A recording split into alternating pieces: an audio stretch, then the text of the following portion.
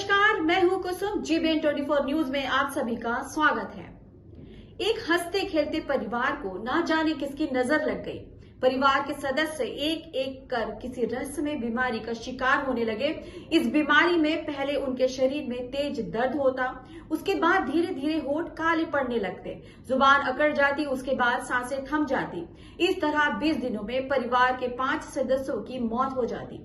डॉक्टरों को भी नहीं समझ आ रहा था कि आखिर ये बीमारी कैसी है, लेकिन मृतकों की पोस्टमार्टम रिपोर्ट ने रहस्यमय मौत से पर्दा हटा दिया।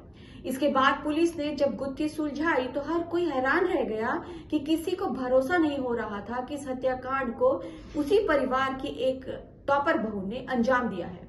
आज क्राइम में देखिए कातिल बहू की कहानी। इस परिवार की कहानी की शुरुआत 20 सितंबर 2023 से शुरू होती है।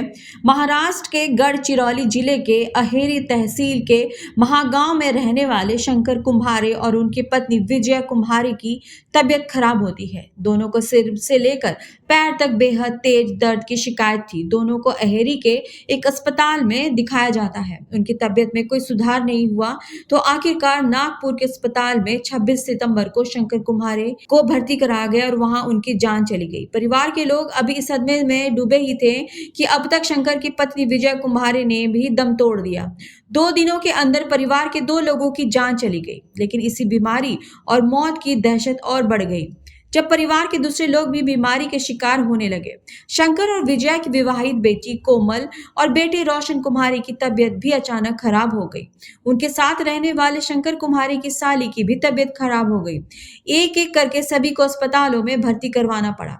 सभी के बीमारी के लक्षण भी एक जैसे थे, मसलन सभी को पूरे जिस्म में तेज दर्द की शिकायत थी। ये सिलसिला बढ़ता गया। अब आगे क्या? हालांकि शुरू में खुद कुम्हारे परिवार के साथ साथ डॉक्टरों को भी ये मामला फूड पॉइजनिंग का लगा, लेकिन धीरे धीरे मामला उलझता चला गया। कुम्हारे परिवार के लोगों का इलाज कर रहे अलग अलग डॉक्टर भी उनकी बीमारी के सिम्टम को देखकर अलग अलग डायग्नोसिस करने लगे। इसके बावजूद किसी एक नतीजे पर नहीं पहुंच पाए। डॉक्टर भी हैरान। मौत और बीमारी के इस सिलसिले के बीच कहानी में एक एक कर और भी कई अफसोसजनक मुकाम आए। 11 दिन बाद यानी 8 अक्टूबर को तीसरी मौत हुई। इस बार शंकर और विजय की बेटी कोमल की जान चली गई। लोग डर के साए में जा चुके थे। तभी 6 रोज गुजरते गुजरते परिवार को चौथा झटका लगा। 14 अक्टूबर को शंकर की साली और विजय की बहन की मौत हो गई। अगले दिन 15 अक्टूबर को शंकर और विजय के बेटे रोशन कुमार ने भी अस्पताल में दम तोड़ दिया। इस तरह 20 दिनों के अंदर कुम्हारे परिवार के 5 लोग किसी रहस्यमय बीमारी का शिकार बनकर एक एक कर मौत के मुंह में समा गए। लोग डर के साए में आ चुके थे। तभी 6 रोज गुजरते गुजरते परिवार को चौथा झटका लगा। 14 अक्टूबर को शंकर की साली और विजय की बहन की मौत हो गई। उसके अगले दिन 15 अक्टूबर को शंकर और विजय के बेटे रोशन कुमार ने भी अस्पताल में दम तोड़ दिया। इस तरह 20 दिनों के अंदर कुम्हारे परिवार के 5 लोग किसी रहस्यमय बीमारी का शिकार बनकर एक एक मौत के मुंह में समा गए। आखिर ऐसी क्या बीमारी थी जो समझ के परे था?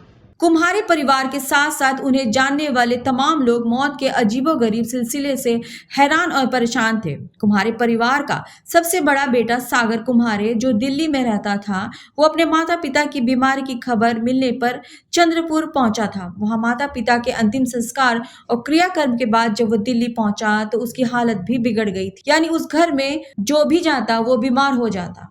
इस पूरे एपिसोड में एक गौर करने वाली बात यह थी कि कुम्हारे परिवार के वही लोग बीमार पड़ रहे थे या मारे जा रहे थे जो गढ़चिरौली में रहते थे या कहीं बाहर से आए थे। परिवार के ऐसे सदस्य को गढ़चिरौली से दूर रह रहे थे। उन्हें ना तो किसी बीमारी का असर हुआ था और ना ही किसी की जान गई। यानी गढ़चिरौली के उस मकान में या कुम्हारे परिवार में कुछ तो ऐसा जरूर था जो लोगों को बीमार कर रहा था। एक साथ एक ही परिवार के 5 लोगों की मौत कोई मामूली बात नहीं होती। इन 5 मौतों ने न सिर्फ महागांव में बल्कि आसपास के पूरे इलाके में सनसनी फैला दी थी। असल में डॉक्टरों को भी मौत की वजह साफ साफ समझ नहीं आ रही थी। मेडिकल रिपोर्ट में कार्डियक अरेस्ट और मल्टी ऑर्गन फेलियर को मौत के पीछे की वजह बताई गई थी, लिहाजा पुलिस ने जांच शुरू कर दी।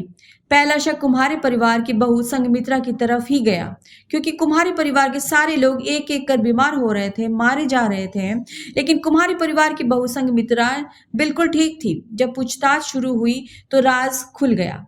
उसने ससुराल वालों की मौत के पीछे अपने हाथ होने की बात तो मानी, लेकिन इस साजिश में उसकी एक मौसी रोजा रामटेके भी शामिल है। आखिर उन्होंने कुम्हारे परिवार की जान लेने के लिए ऐसे कौन से जहर का इस्तेमाल किया?